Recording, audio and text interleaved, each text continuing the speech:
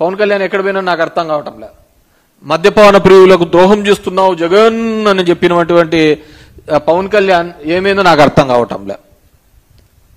ఆ రోజు ఆయన అంతగా పట్టుకున్నాడు గవర్నమెంట్ మద్యం అమ్ముతూ ఉంటే. ఈ రోజు ఇంత పెద్ద ఎత్తున దొరుకుతుందంటే ఎక్కడే కానీ మాట్లాడటం లేదు. అది ఏం రీజన్సో ఏందో, కొంతమంది ఏదో ఇచ్చినారంటారు, మెయింటైన్ చేసుకుంటాను అంటున్నారు. కానీ హౌ ఫార్ మనకు అది దాని గురించి నేను లోతుగా, కానీ డెఫినెట్ గా దీని గురించి ఖచ్చితంగా సిబిఐ ఎంక్వైరీ చేయాలి. మా పార్టీ వాళ్ళని ఇరికించడం వల్ల మీరు తృప్తి పొందడమో, పేపర్లలో 4 కథనాలు వస్తున్నాయని దాని మీద మీరు బాధపడ్డమో కాకుండా, ఎవరైతే దీనిలో మూలాధారం ఉన్నారో అది ఎంతటి వారైనా వదిలిపెట్టమని మీరు అంత గట్టిగా చెప్తున్నారు. కాబట్టి డెఫినెట్ గా మీరు దీని మీద సిబిఐ ఎంక్వైరీ చేసేయండి ఖచ్చితంగా. అప్పుడు కానీ దీని మీద తేలదని చెప్పేసి కోరుకుంటున్నాను. ఎందుకంటే మీరు చేసేది మొదటి నుంచి కూడా బురద జల్లే రాజకీయమే.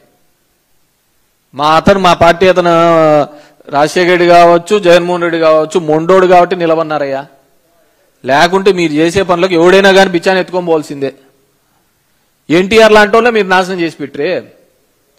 స్త్రీలోలుడని, లక్ష్మీభారతుడని, అది ఇది అని చెప్పేసి ఏమేమో చెప్పి కథనాలు చెప్పేసి ఇదే పేపర్లలో వచ్చినట్టువే కదా, ఇదే కథనాలు వచ్చినట్టు కదా. ఏమిటి ఇప్పుడు సోషల్ మీడియా అనే ప్లాట్ఫాము, ఇంకొక మల్టిపుల్ మీడియా ఉన్నాయి కాబట్టి సరిపోయింది. కానీ లేకుంటే ఇలాగే కదా అందరినీ నాశనం చేసేది.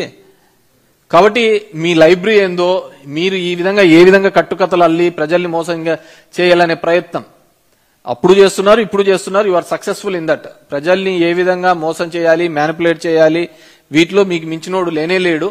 ఖచ్చితంగా దాంట్లో అన్ని డిగ్రీలు మీకే ఇస్తారు. కానీ ఇది ప్రాణాలకు సంబంధించిన విషయం, పేద ప్రజల ప్రాణాలకు సంబంధించిన విషయం.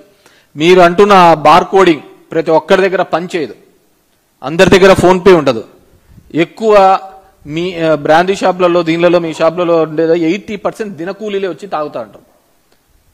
దినకూలీలు వచ్చి చేసే వాళ్ళ దగ్గర ఫోన్ పేతో పెట్టుకొని చేసుకొని, లేకుంటే స్కాన్ చేసుకొని ఇది ఒరిజినల్ డూప్లికేట్ అని ఉండదు.